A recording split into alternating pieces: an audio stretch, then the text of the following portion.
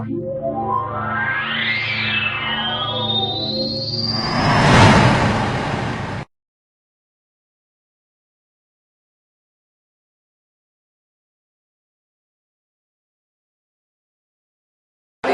brand director for ArenaNet and Guild Wars 2, based in Bellevue with the studio. And I'm here to talk a little bit about Guild Wars and Guild Wars 2. So, as I was saying, with the original Guild Wars, we wanted to introduce a number of things into the area of online RPGs. We definitely did not want to make the same type of online RPG that everybody else was making. One of the core things that we did is, in an effort to, work against grind, we really, as gamers, grind is not something that we're particularly fond of.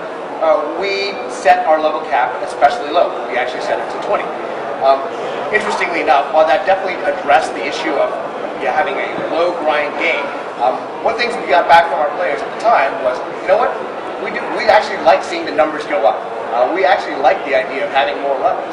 And so that's something we took into consideration. The other thing that we wanted to do with Guild Wars is make it highly instanced. We felt that the instancing actually helped avoid a number of the problems that come with MMOs. Things like waiting in line to get to a boss, camping a spawn. Instancing definitely allows for that. And also the other thing we discovered with instancing was that it allows for wonderful storytelling. When you get your group into its own instance, you can do highly customized activities, scripted events that really move the story along in a way that feels meaningful to players. And of course, one of the other big things we introduced with Guild Wars was our business model, which was effectively buy the game, play online for as long as you like it.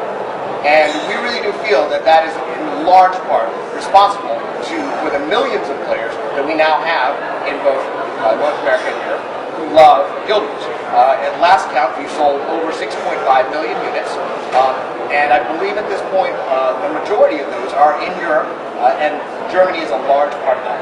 So that's one of the reasons why we're here at Gamescom. It's a very important market for us. If you had any time to go down to the show floor, you'll see that our fan base is very, very passionate about Guild Wars and Guild Wars 2. So let's go ahead and talk about how a couple years later we decided, you know what, we really want to take Guild Wars 2 to the next level. And one of the things we found is we wanted to add persistence.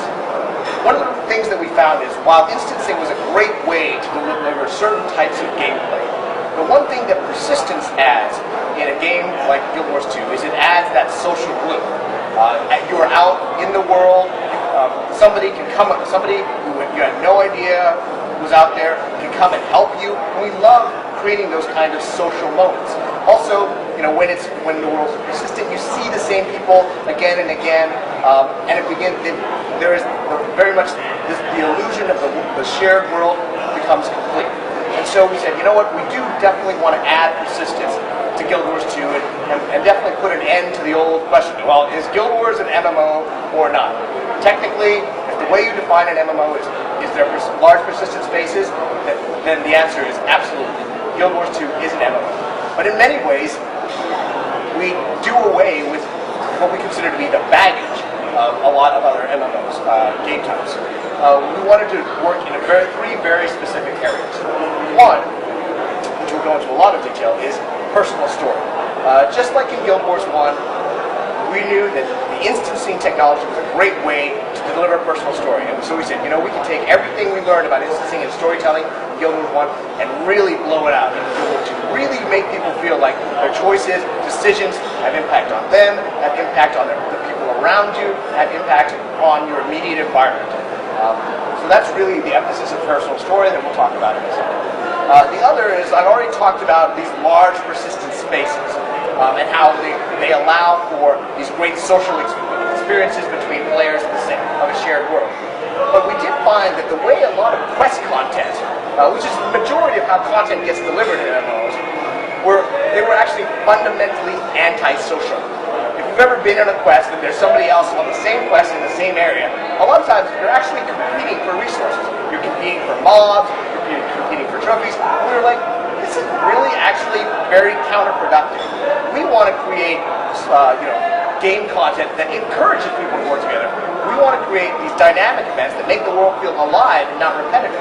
We want it to be that you never resent seeing another player show up in your area, because they're just going to make the content more interesting and more fun. And the last thing that we're really pushing on in terms of innovating is combat. Now, combat has MMO combat has gone through a few rounds of evolution in the last few years. But the fact is, at ArenaNet, we're not just MMO players. We're not just RPG players. We play shooters. We play action games. We play console games. And for the longest time, we looked at MMO combat and we were like, you know what? We can do a lot better. We can make MMO combat feel a lot more action-oriented, responsive, have the player really be present in the world, engaged, paying attention to what's going on the screen, instead of looking at stat bars or skill descriptions. Really looking at fun, cool stuff going on in the game and having a much more enjoyable, fun combat experience. So, with that, I'll go ahead and take you into the demo. The world of Guild Wars 2 takes place 250 years after the original Guild Wars, and a lot has happened in that time. During that time, these elemental creatures, the Elder Dragons, have awoken. And these are not like small little dragon mobs. These are enormous forces of nature that have gone ahead and disrupted continents worth of landmass. And as they fly through the world of materia, they've corrupted certain parts of the landmass where their minions are rising up and beginning to encroach on the civilized parts of Tyria. So, in this situation, there are 5 races. There are 5 races in the world of Tyria that the only way that Tyria can be saved is if they can get over their differences and band together in order to fight the dragons. If they cannot, the world will fall. So, here are an example of our 5 races. On the far left, there is the feline char, a very warlike race. We have the very reliable humans. They were the main race in the first Guild Wars. These two are the ones that we're going to be playing with on the demo today. But we also have the very Viking-like giant Norns, the small but brilliant Azura, and then the very nature-oriented mystical Silvari, which will be making playable at later time. So for the purpose of this first part of the demo, we'll go ahead and select human, female, and now we get to select your profession. We've been asked that our game will have 8 professions, and previously we've been asked that we have elementalist, warrior, ranger, and now just for Gamescom we introduced the necromancer. Necromancer, as you could probably guess, uses dark forces magic, life-sucking energy, as well as summoning undead minions to help support. For this demo, we'll go ahead and select Elementalist. And here we're at a character customization screen. Again, for speed reasons, we have disabled character customization and just done a random creation. But in the final character customization in Guild Wars 2, we'll literally have millions of options for you to customize the look and feel of your character. So now we get to a part of the character creation process that I'm not sure any MMOs have. This is called your biography. And it is in your biography that you will be able to select very specific things that will determine how your character's personality, storyline develop through the course of the game. The first question is a pretty easy one. It's basically an accessory and jewelry question. By going through water, fire, or you notice the little gem on the head of my elementalist changes color. It actually doesn't have any hard gameplay impact. It's just a nice, cool visual differentiation. Let's go ahead and take a look. That looks good. This one is rather interesting. This is an introduction to our personality system. I talked a little bit about having personal story be a much bigger part of the game. We call it kind of putting the RPG back into MMORPG. And this is an example of how we're doing it. Your personality system has a number of ways to measure it. The 3 initial ones are you can interact charmingly, with dignity, or ferociously. Depending how you choose them, this is your initial disposition in the game. Somebody who becomes particularly ferocious in his interactions with NPCs. For example, as he walks through the city, children may run screaming from him, in fear. Whereas if you're someone who's particularly charming, children may run up and follow you and sing your praises as you walk through the city. Likewise, as you have conversations with NPCs, depending on what your personality is, will open up different conversation trees and different ways to interact with you. For example, someone who's particularly ferocious may have the opportunity to end a conversation by punching the NPC in the face. So let's go ahead and hit ferocious, just for fun. So this next one says I was raised as a commoner, a noble, or in the streets. This has a very immediate impact on how your story of the world will start. For example, my common folk, I will have friends who are kind of what we call, blue-collar workers, salty earth friends. If I had chosen nobility, so you notice the clothing changes a little bit. If I chose nobility, I'll have very highly placed, noble friends who spend lots of money on me. And the last one, streets. I'll have to worry about things like street gangs, and maybe I ran in a street gang for a while before I came to my current place. Let's choose common folk for now. And this next one is kind of fun. We won't see the full impact of these, but these will have rather far-reaching effects later on. What is your biggest regret? One might be, you got passed up for an opportunity, you never recovered your sister's body, and this was our personal favorite. I was passed up for an opportunity to join the circus. Chances are, choose that one, something circus-related will come across your doorstep in your personal story.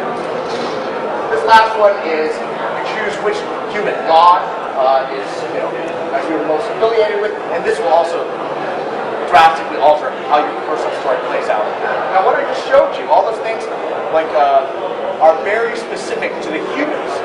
If I were to play a Char or an Azura or a Nord, I would get a completely different set of experience. For example, the social standing questions, Char don't have, this notion of common nobility in the streets.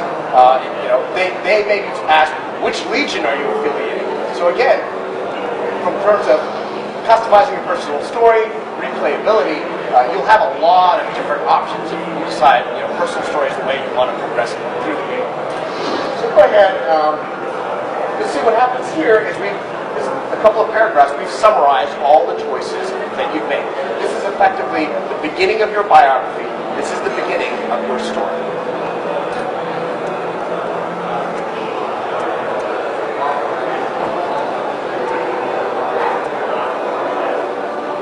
The human race once ruled Tyria.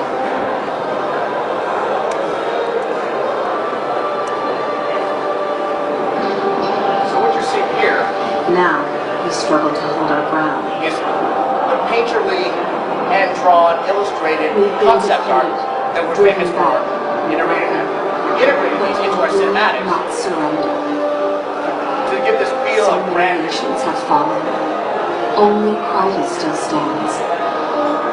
Our faith is strong, despite the silence of the six gods. With courage, we'll make our stand in divinity's reach. So now at this point, the cinematic actually branches based on the choices you made. The city is my home. Show you that. I was born to come from, Born to just come. one among many. My friends and I don't seek attention or glory. It's hard enough making ends meet. But I believe we can still shape a brighter world out of the ashes of the past. Today, I stepped outside of divinity's reach to see the world.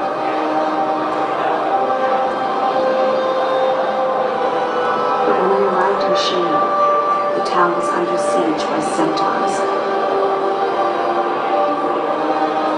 Innocent villagers are in danger. Someone has to help.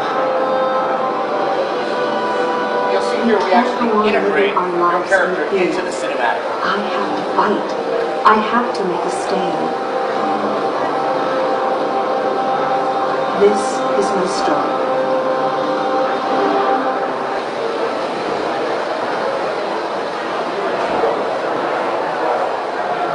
So at this point, we're going to heading over to an area called Shaymore. Shaymore is a small village located outside of the main human city of Divinity's Reach. This is basically a tutorial area where we're going to start the game.